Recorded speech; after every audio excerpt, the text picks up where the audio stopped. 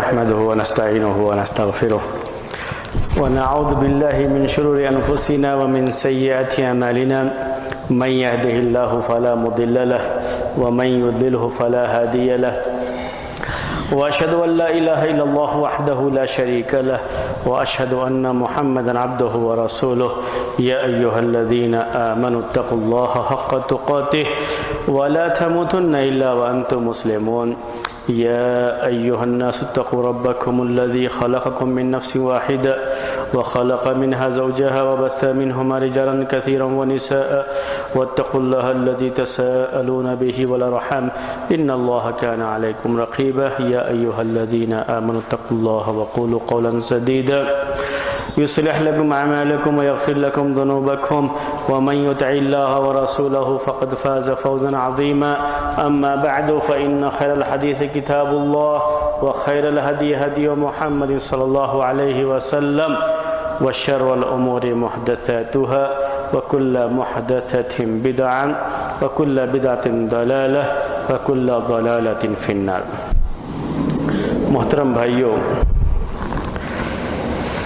ہماری بات چل رہی تھی پچھلے 2 ہفتوں سے علوم القرآن میں، جو قرآن کو سمجھنے کے لیے کچھ اصول بنائے گئے ہیں. اس میں سے ایک بات یہ تھی مطلق اور مقید کی. مطلق اور مقید میں نے آپ کو سمجھایا تھا کہ مطلق کسے کہتے ہیں اور مقید کسے کہتے ہیں. مطلق وہ لفظ ہوتا ہے جسے آزاد چھوڑ دیا گیا ہے، یعنی لفظ استعمال کیا گیا اور اس کو کسی اور لفظ کے ساتھ اس کی کوئی صفت نہیں بیان کی گئی، اس کو قید نہیں لگائی گئی. جیسے بات آئی تھی رقبتن کہتے ہیں گردن. تحریر رقبتن کے معنی ہوتے ہیں گردن آزاد کرنا، غلام یا لونڈی کو آزاد کرنا جو اس زمانے میں چیز ہوتی تھی. تو رقبتن کا لفظ عربی میں آئے تحریر رقبتن، تو اس کا مطلب ہوتا ہے کہ گردن آزاد کرنا. اب کوئی بھی غلام یا لونڈی، چاہے وہ مومن ہو چاہے کافر ہو، کوئی بھی شخص جو انسان ہے اور اسے غلام بنا دیا گیا ہے، یا انسان ہے عورت ہے اسے لونڈی بنا دیا گیا ہے، اس کو آزاد کرنا، یہ معنی اس میں سمجھ میں آتا ہے. لیکن جب یہی رقبتن کا لفظ اس کے ساتھ مومنتن آ جائے، فتحریر رقبتن مومنتن، تو یہ خاص ہو جاتا ہے کہ مومن غلام یا مومن لونڈی کو آزاد کیا جائے. یہ حکم آ جاتا ہے، یہ خاص حکم ہو جاتا ہے، تو اسی کو مقید کہتے ہیں. اور جب ہم اس کو ایسے آزاد چھوڑ دیتے ہیں، کسی لفظ کے ساتھ اسے قید نہیں کرتے، تو اسی کو مطلق کہتے ہیں. یہ بات ہم سمجھا چکے ہیں، صرف آپ کو یاد دلانے کے لیے اس کو پیش کر رہے تھے، ورنہ یہ باتیں آ چکی ہیں اور اس کو اچھی طرح سے ہم نے سمجھایا تھا آپ کو. اس موقع پر آپ کو بات سمجھ میں آ گئی تھی. مطلق اور مقید کا لفظ استعمال کرتے ہیں. اس کے بعد ہم نے کہا مطلق اور مقید کی 4 قسمیں یا 4 شکلیں ہیں. اس میں سے 2 قسمیں پچھلے ہفتے ہم نے آپ کے سامنے بیان کی تھی. ایک قسم یہ تھی کہ حکم بھی ایک ہے، سبب بھی ایک ہے. جہاں یہ مطلق یا مقید لفظ آیا ہوا ہے، حکم بھی ایک ہے اور سبب بھی، یعنی جس ریزن کی وجہ سے یہ حکم آیا ہے وہ بھی دونوں میں ایک ہے اور دونوں کا حکم بھی ایک ہے. ہم نے اس سلسلے میں آپ کو مثال بھی پیش کی تھی. فَمَن لَّمْ يَجِدْ فَصِيَامُ ثَلَاثَةِ أَيَّامٍ ذَلِكَ كَفَّارَةُ أَيْمَانِكُمْ إِذَا حَلَفْتُمْ. ہم نے یہ آپ کو بتایا تھا اس وقت کہ اگر کوئی قسم کھا لیتا ہے اور قسم کا کفارہ دینا ہوتا ہے تو قرآن میں اس کے لیے 3 دن روزے کا بیان آیا ہوا ہے. فَصِيَامُ ثَلَاثَةِ أَيَّامٍ، 3 دن روزہ رکھنا قسم کے کفارے میں. 3 چیزیں ہیں، اس میں سے ایک چیز 3 دن کا روزہ رکھنا ہے. اب یہ 3 دن کا روزہ مسلسل رکھنا ہے، کنٹینیو، 1 2 3، یا ایک مہینے میں 1 دن رکھ لیا، دوسرے مہینے میں 1 دن اور رکھ لیا، پھر اس کے بعد ایک اور مہینے میں 1 دن اور رکھ لیا. الگ الگ کر کے رکھا، کیونکہ 3 دن روزہ رکھنا یہ لفظ صحیح ہو جاتا ہے جب وہ ایک ساتھ رکھے تب بھی، الگ الگ رکھے تب بھی. تو کیا ایسا حکم ہوگا؟ لیکن یہی حکم جو کہ ابن مسعود کی قرات ہے، اس قرات میں آیا ہوا ہے کس لفظ کے ساتھ؟ فَصِيَامُ ثَلَاثَةِ أَيَّامٍ مُتَتَابِعَاتٍ. فَصِيَامُ ثَلَاثَةِ أَيَّامٍ مُتَتَابِعَاتٍ. تو متتابعات کا معنی ہوا کانٹینیو، 3 دن کانٹینیو روزہ رکھے۔ تو ابن مسعود کی اس قرات سے بات واضح ہو جاتی ہے کہ یہ روزہ مسلسل 3 دن رکھنا ہوگا، کانٹینیو 3 دن رکھنا ہوگا۔ ایسا نہیں ہے کہ الگ الگ جو ہے کبھی کسی اس مہینے میں 1 دن رکھ لیا، کسی ہفتے میں 1 دن رکھ لیا، پھر بعد میں کبھی کسی اور دن کسی اور موقع پر 1 دن رکھ لیا، ایسا نہیں ہے یہ۔ تو اس کو کہتے ہیں سبب بھی ایک ہے، حکم بھی ایک ہے۔ دوسرا ہم نے بیان کیا کہ سبب تو ایک ہے لیکن حکم الگ الگ ہے، جیسے تیمم کے بارے میں، تیمم کے بارے میں سبب ایک ہی ہے، نماز پڑھنا ہے۔ کسی کو نماز پڑھنا ہے، نماز کے لیے باوضو ہونا ضروری ہے، شرط ہے، تو وضو کر کے آ کے نماز پڑھے گا، اگر پانی نہیں ہے تو تیمم کرے گا۔ تو ایک ہی سبب ہے وضو میں بھی اور تیمم میں بھی۔ سبب کیا ہے؟ آدمی کو وضو کی ضرورت ہے اور اسے نماز پڑھنی ہے۔ اب وہ آدمی پانی ہے تو وضو کرے گا، پانی نہیں ہے اس کے پاس تو تیمم کر لے گا۔ لیکن وضو کے لیے جو آیت آئی ہوئی ہے قرآن میں، جو بیان آیا ہوا ہے، اس میں یہ ہے کہ فَاغْسِلُوا وُجُوهَكُمْ وَأَيْدِيَكُمْ إِلَى الْمَرَافِقِ، کہ تم اپنے چہرے کو دھو اور اپنے ہاتھ کو مرفق، اس کو مرفق کہتے ہیں، تو مرافق تک اپنے ہاتھ کو دھو، یعنی یہاں تک جو ہے اپنے ہاتھ کو دھو۔ یہ بیان وضو میں آیا ہوا ہے۔ لیکن تیمم میں جو قرآن کی آیت ہے تیمم کے بیان میں، اس میں یہ ہے کہ فَامْسَحُوا بِوُجُوهِكُمْ وَأَيْدِيكُمْ مِنْهُ، اس میں صرف ایدی کا لفظ ہے، تو اس سے یعنی مٹی کو لے کر کے اپنے چہرے اور اپنے ہاتھ پر مسح کر لو، اس میں الی المرافق نہیں آیا ہوا۔ یہ مرافق کسی کو قید کہتے ہیں۔ تو کیا ہم تیمم والے میں بھی یہ مانیں گے کہ اس کو بھی آپ کو کہاں تک دھونا ہے؟ مرافق تک، یا ہم وہ نہیں مانیں؟ کیونکہ حکم الگ الگ ہے، حکم ایک ہی نہیں ہے۔ ایک میں وضو کا حکم ہے اور ایک میں تیمم کا حکم ہے، اگرچہ کہ نماز ہی پڑھنی ہے دونوں میں۔ تو اس میں زیادہ تر اہل علم اس کو قید کو نہیں مانتے، کیونکہ یہ قید دوسری حکم میں ہے، الی المرافق والی وضو کے حکم میں، اور تیمم میں چونکہ یہ قید نہیں آئی ہے، اس لیے ہم کہیں گے کہ تیمم میں ہاتھ پر مسح یہیں تک کریں گے، کہ ہونی تک مسح نہیں کریں گے۔ اس کو عربی میں کیا کہتے ہیں؟ مرفقن، مرفقن اسی کی جمع ہے مرافق، جو قرآن کی آیت میں مرفقن۔ اسی میں مجھے ایک بات یاد آئی تو میں سوچا آپ کو بیان کر دوں۔ کبھی جامعہ اسلامیہ میں مدینہ منورہ میں ایک استاد نے یہ بات بیان کی، جو لوگ عربی اچھی نہیں جانتے ہیں ان کے لیے وہ عربک سیکھنے کے لیے مزید 2 سال وہ اس میں جانا پڑتا ہے ان کو۔ تو ایسے ہی ایک اسٹوڈنٹ جو کہ عربی سیکھنے والے کورس میں، جس کو شعبۃ اللغہ کہتے ہیں، اس میں وہ پڑھ رہے تھے، 2 سال کا 2.5 سال کا کورس ہے وہ۔ تو اس میں اس سے سوال کیا گیا تھا مرفق کے بارے میں، المرفق، اس کا جواب، اس کے بارے میں جواب دینا تھا اس کو، اور وہ وضو کا اصل بیان تھا کہ وضو میں ہاتھ کہاں تک دھونا ہے، تو اس کو لکھنا تھا الی المرفق، الی المرفق، لیکن اس کو مرفق بولتے ہیں، وہ لفظ یاد نہیں آ رہا تھا۔ عربی میں اس کو مرفق بولتے ہیں، لفظ یاد نہیں آ رہا، لیکن اس کو اب جواب لکھنا ہے الی المرفق۔ کیا کرے سوچتا رہا، پھر وہ آخر میں الا لکھ کر کے اس کو ہی ڈرائنگ کر دیا، الا لکھ کر کے ڈرائنگ کر دیا یہ۔ اب اس کے بعد وہ مرفق لکھا نہیں ہے، اس کو نمبر دینا چاہیے یا نمبر نہیں دینا چاہیے، اس کے بارے میں بحث ہوئی۔ اب جو اس کو کریکشن کر رہے تھے، اس کو نمبر ملنا چاہیے یا نمبر نہیں ملنا چاہیے، اب بتائیے آپ لوگ، ملنا چاہیے یا نہیں ملنا چاہیے؟ الی المرفق لکھنے کے بجائے کیا لکھا اس نے؟ الا کے بعد اس کو ڈرائنگ کر دیا۔ کیا بولیے، ملنا چاہیے نہیں ملنا چاہیے؟ اچھا ہاں ہاں نہیں ملے گا، جی ہاں، اور ملے گا، جی۔ آخر میں وہ یہی بات ہے، جیسے انہوں نے کہا، وہ کوئی بھی بات، یعنی جو چیزیں ہوتی ہیں بالکل وہ آدمی کوئی بھی اگر آپ سوچیں گے تو سوچ سکتے ہیں۔ پھر اس پر بات آئی کہ سوال کس لیے تھا، یہ کیا مقصد سوال کا یہ ہے کہ وہ لفظ المرفق لکھے لینگویج کے لحاظ سے، تو ظاہر سی بات ہے اس نے وہ لفظ نہیں لکھا، اس لیے اس کو نمبر نہیں ملنا چاہیے۔ لیکن یہ سوال اگر یہ ہے کہ وضو میں ہاتھ کہاں تک دھونا ہے، یعنی لینگویج کا سوال نہیں بلکہ کس کا سوال ہے، وضو میں ہاتھ کہاں تک دھونا ہے، تو وہ جواب اس کو معلوم ہے کہ وضو میں ہاتھ کہاں تک دھونا ہے، وہ جواب اس نے دے دیا۔ لفظ نہیں معلوم ہوا تو ڈرائنگ کر کے اس نے دے دیا، لیکن جواب اس نے دے دیا۔ اور سوال یہی تھا اصل کہ وضو میں ہاتھ کہاں تک دھونا ہے، اس لحاظ سے اس کو نمبر ملنا چاہیے۔ تو یہ ایک چیز ہو جاتی ہے، کبھی اس کو مرفق بولتے ہیں، اور وہ اس پر مجھے یہ بات یاد آئی۔ یہ دو ہم پڑھ چکے تھے۔ اب تیسرا یہ ہے، حکم ایک ہی ہے لیکن سبب الگ الگ ہے۔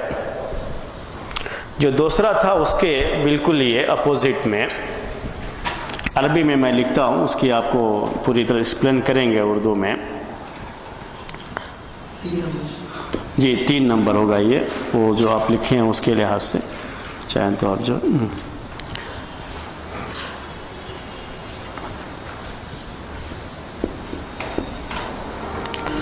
عربی میں کہیں گے ان یختلف السبب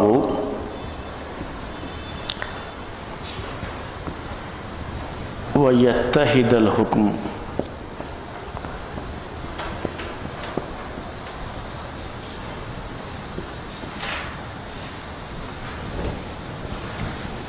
سبب الگ الگ ہے، ریزن الگ الگ ہے، لیکن حکم ایک ہے۔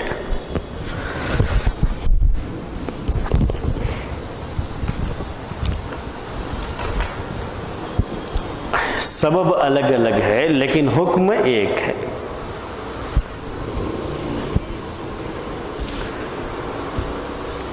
ایسی صورت میں کیا ہم مطلق اور مقید کو ایک ساتھ ملائیں گے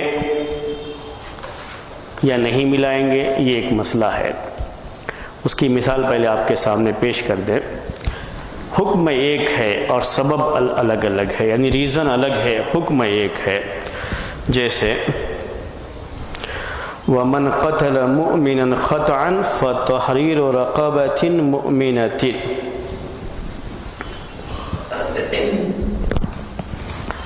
وَمَنْ قَتَلَ مُؤْمِنًا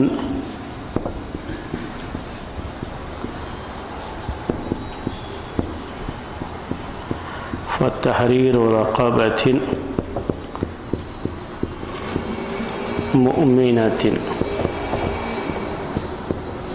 سورہ نساء کی آیت ہے، آپ چاہیں تو قرآن کھول کر کے اگر آپ کے ساتھ مصحف ہے تو دیکھ سکتے ہیں۔ سورہ نساء کی آیت ہے 92۔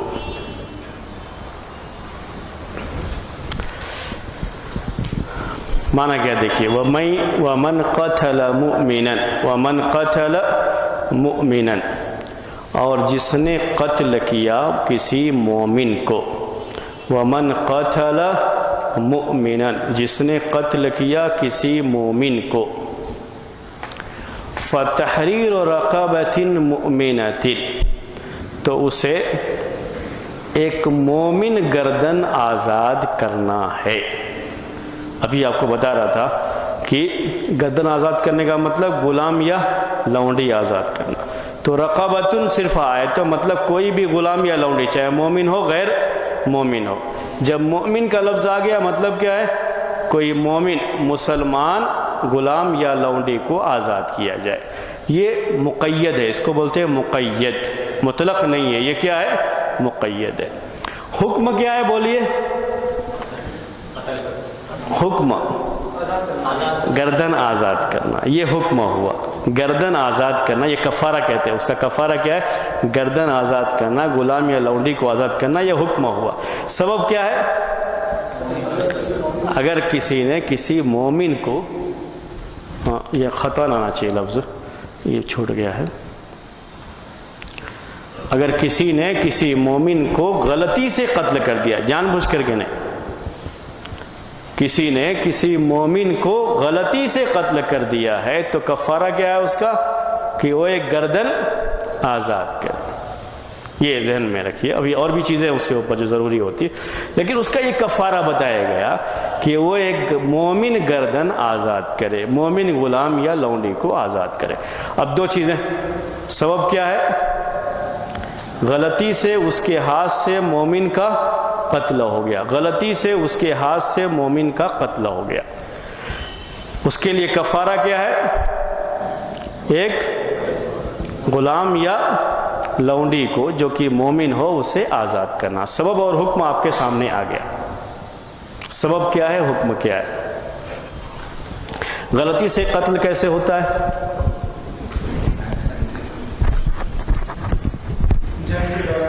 ہاں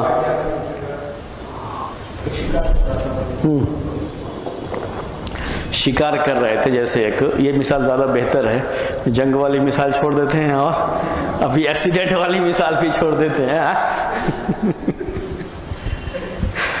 تو شکار کر رہے تھے، مار رہے تھے کسی پرندے کو، لیکن جس وقت وہ اس کے لیے بندوق سے گولی نکلی، سامنے کوئی شخص آ گیا. اس کو نہیں مار رہے تھے، وہ مار رہے تھے، شکار کر رہے تھے کسی جانور کو، کسی پرندے کو، تو غلطی سے اس کو لگ گیا.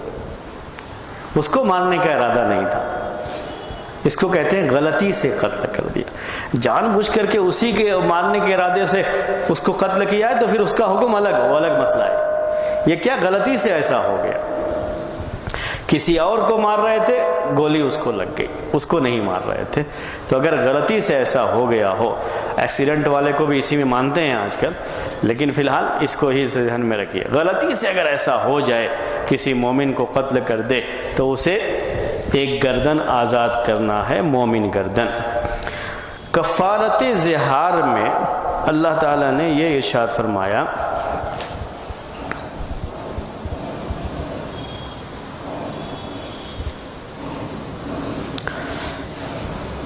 سورہ مجادلہ میں یہ 92 یہ بھی ہے، سورہ مجادلہ، والذین یظاہرون من نسائہم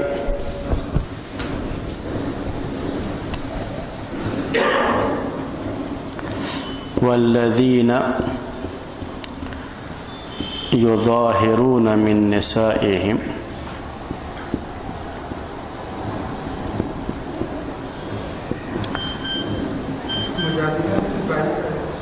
ہاں وہ مجھے لگ رہا ہے کہ اوپر والا جو ہے غلطی سے انہوں نے لکھ لیا ہے، ہاں اسی لیے وہ مجھے شبہ آیا تھا، کیونکہ سورہ مجادلہ یہ بڑی سورہ نہیں ہے، چھوٹی سورہ ہے، تو اوپر جو لکھا ہوا 92 وہی وہ غلطی سے وہاں پہ لکھ دیا ہے انہوں نے. میں اس کو دیکھ کر کے آیت نمبر آپ کو بول دیتا ہوں.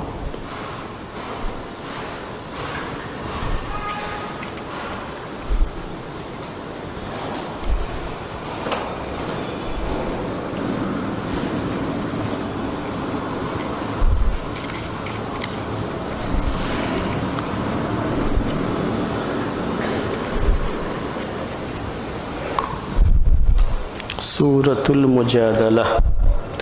مجادلہ کے معنی جانتے ہیں؟ ہاں مجادلہ کے معنی ہوتے ہیں لڑنا، جھگڑنا، بحث کرنا.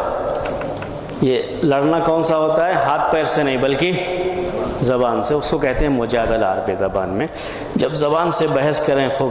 ایک عورت نے آ کر کے اللہ کے رسول صلی اللہ علیہ وسلم سے خوب بحث کی تھی، تو اسی لیے اس کے بارے میں یہ جو ہے سورہ میں یہ آیتیں نازل ہوئی تھی. تو سورہ کا نام سورہ مجادلہ ہے اسی لحاظ سے. جی والذین یظاہرون من نسائہم ثم یعودون لما قالوا فتحریر رقبۃ من قبل ان یتماسا ذلکم توعدون بہ واللہ بما تعملون خبیر. یہ ہے آپ کے 3 نمبر کی صرف آیت. کتنے نمبر کی؟ 3 نمبر کی. سورہ مجادلہ میں صرف 3 نمبر. والذین یظاہرون من نسائہم ثم یعودون لما قالوا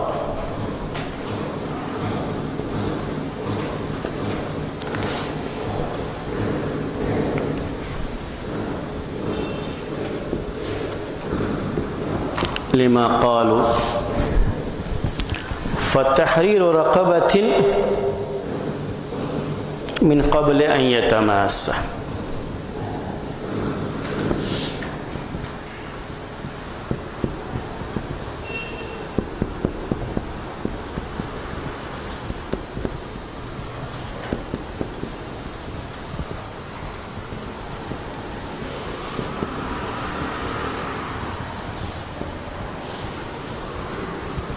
المجادلہ 3 نمبر. دیکھیے اس کا معنی پھر دونوں کی روشنی میں آپ کو جو ہے دونوں آیتوں کی روشنی میں اس مسئلے کو سمجھیں گے.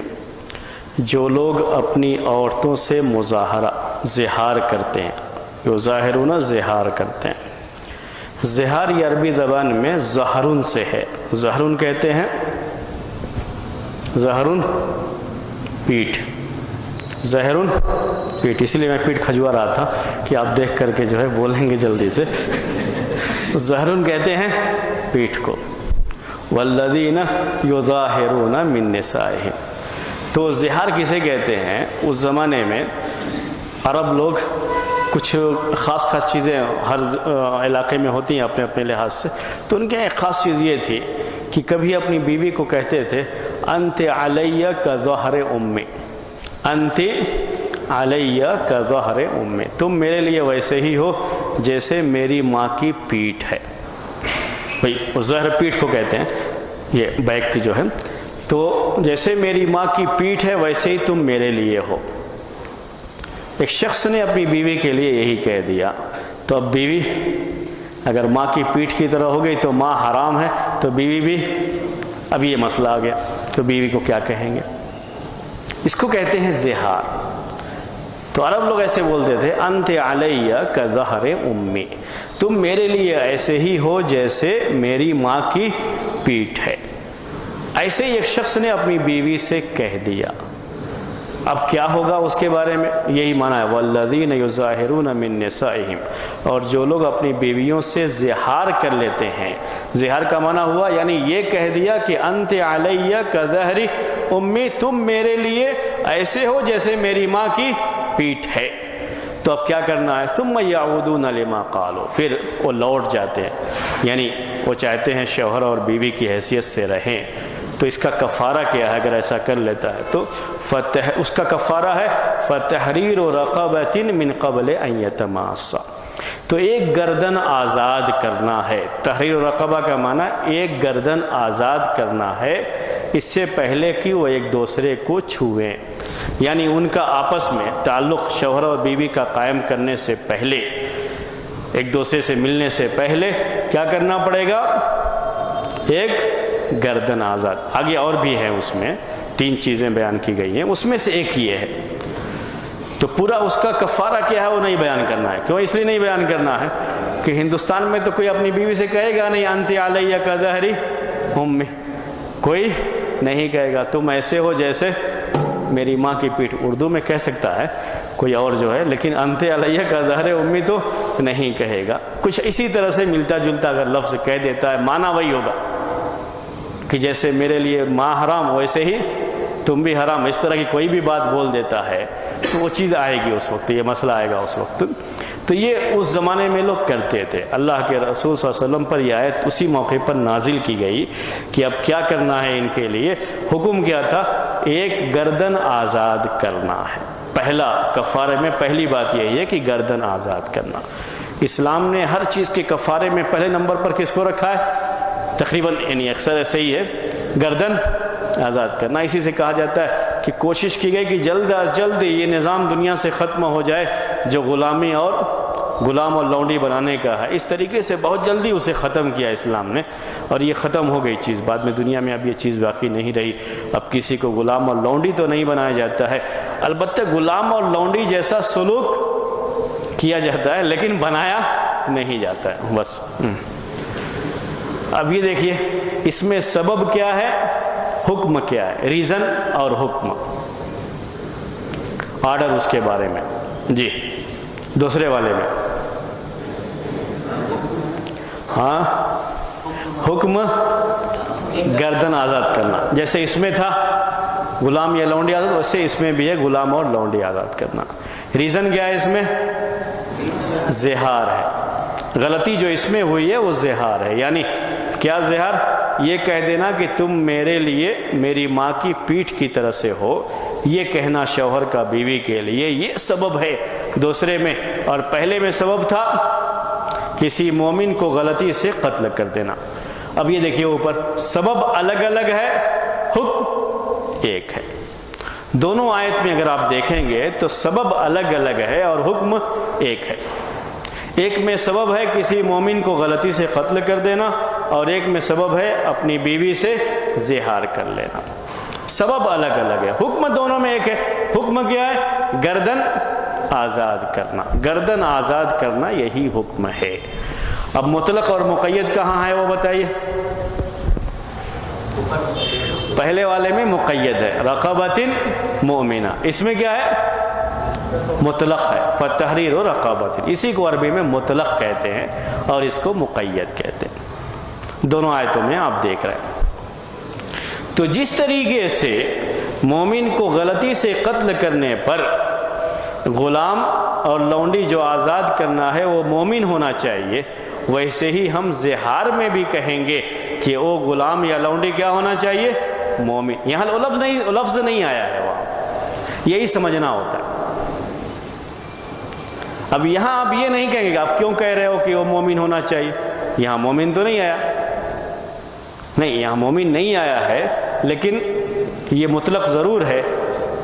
یہ حکم کفارے کا جب قتل خطا میں آیا ہوا ہے، غلطی سے کسی مومن کو قتل کر دیا جائے تو وہاں مومن کا لفظ آیا ہوا ہے. تو اس آیت کی روشنی میں اس کو سمجھا جائے گا. یہ ہے قرآن سمجھنے کے لیے. بات سمجھ میں آئی آپ کو؟ یہ دونوں کا سبب ایک ہی ہے، ریزن ایک ہی ہے. حکم سبب الگ الگ ہے، ریزن ایک ہی ہے. کیا بول رہا ہوں، سبب بھی ریزن بھی تو ایک ہی ہوا. حکم جو ہے ایک ہے اور سبب الگ الگ ہے. اس صورت میں جیسے اس آیت کے اندر صرف رقبۃ آیا ہوا ہے، یعنی گردن آزاد کرنا، اس میں مومن گردن آزاد کرنا آیا ہوا ہے، تو اسی آیت کی روشنی میں ہم اس کو بھی سمجھیں گے. اس طرح سے پورا قرآن یہ ایک دوسرے کے ساتھ جڑا ہوا ہوتا ہے سمجھنے کے لیے. آپ کو دیکھنا پڑتا ہے کہ قرآن میں کہاں بیان کیا گیا اور کیسے بیان کیا گیا. تو ایک کو دوسرے کے ساتھ ملا کر کے دیکھتے ہیں، اس کو سمجھتے ہیں کہ کہیں لفظ مطلق آیا ہوگا، کہیں مقید آیا ہوا ہوگا، تو دونوں کو ہم کو ملا کر کے دیکھنا ہے، ملا کر کے سمجھنا ہے. یہ بات آپ کے سامنے آ گئی. یہ ہے ریزن الگ الگ ہو، سبب الگ الگ ہو، حکم ایک ہو، تو اس صورت میں یہ بات ہوتی ہے. وہ مسئلہ آپ کے سامنے آیا اور ہم نے وہ مسئلہ آپ کے سامنے واضح کر دیا.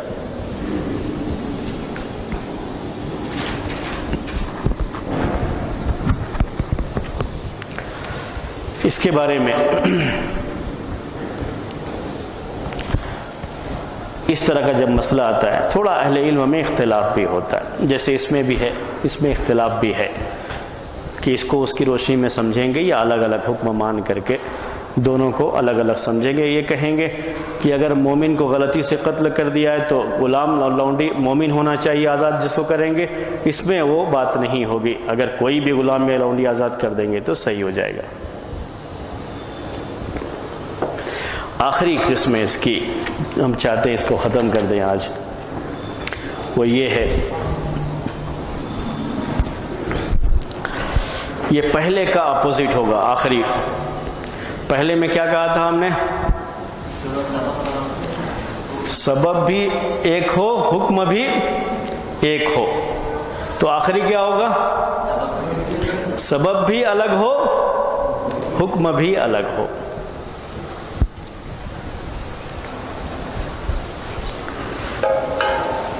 دو آیتیں ہیں، دونوں میں سے ایک میں مطلق حکم ہے، ایک مقید حکم ہے، اور دونوں میں سبب بھی الگ ہے اور حکم بھی الگ ہے. عربی میں کہیں گے اس کو، یہ 4 آئے گا، یہ ایسے.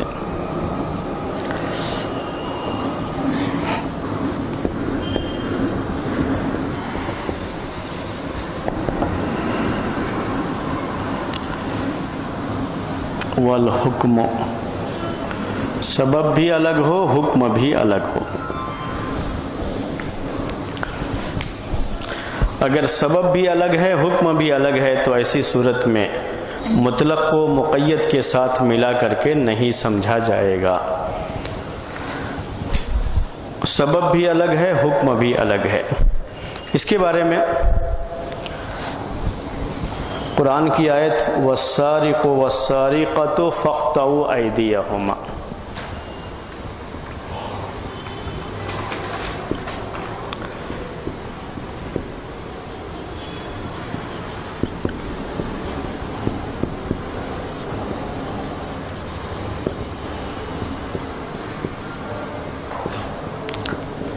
ایدیہما،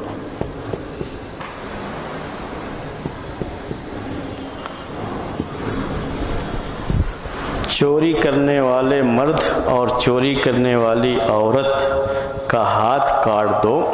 فَاقْطَعُوا أَيْدِيَهُمَا، سورہ مائدہ 38۔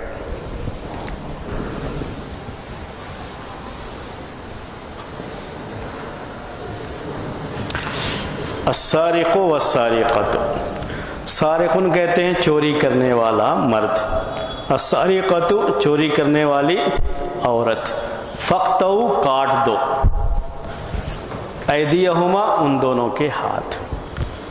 چوری کرنے والا چاہے مرد ہو یا چوری کرنے والی چاہے عورت ہو، ان کا ہاتھ کاٹ دو۔ یہ سورہ مائدہ کی آیت ہے۔ اور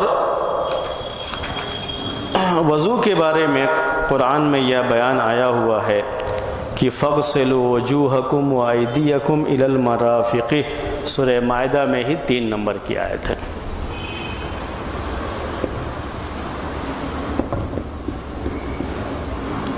وجوہکم وایدیکم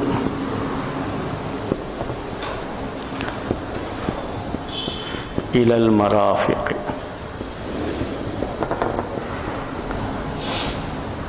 المائدہ۔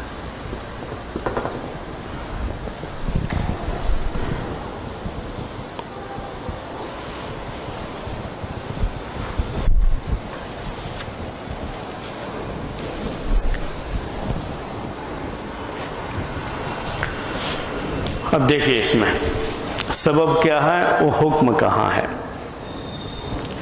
پہلے والے میں سبب کیا ہے؟ چوری کرنا سبب ہے۔ حکم کیا ہے؟ ہاتھ کاٹنا۔ ہاتھ کاٹنا حکم ہے، چوری کیوں ہاتھ کاٹا جا رہا ہے؟ چوری کرنے کی وجہ سے۔ تو سبب ریزن کیا ہے ہاتھ کاٹنے کا؟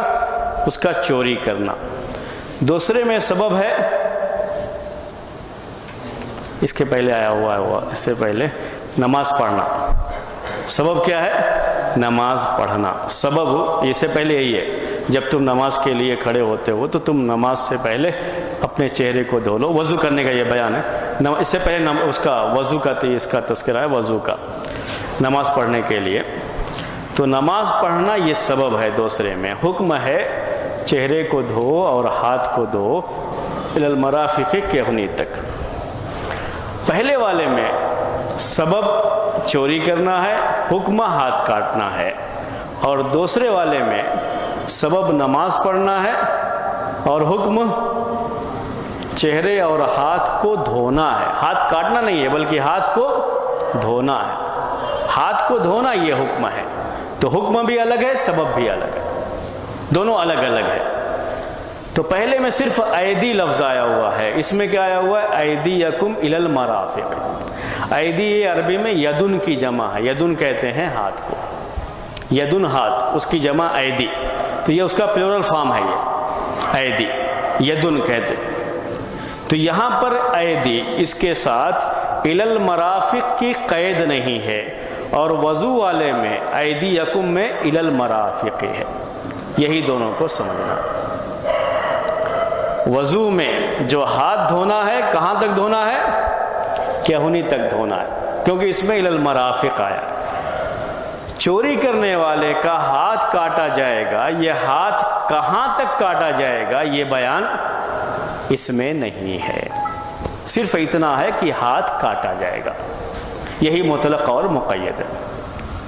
تو حکم وہ مطلق ہے، ہاتھ کاٹا جائے گا۔ کہاں تک ہاتھ کاٹا جائے گا یہ بیان نہیں ہے۔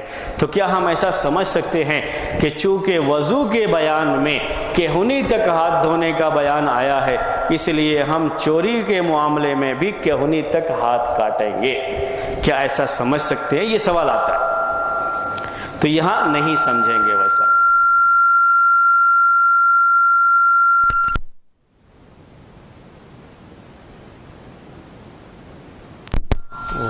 کئی حرکت ہو جاتی ہے تو میں نے کہا نا کہ یہ ایک سائلنٹ ہے اور ایک تھوڑا سا فرق پڑتا ہے تو یہ شور مچانا شروع کر دیتے۔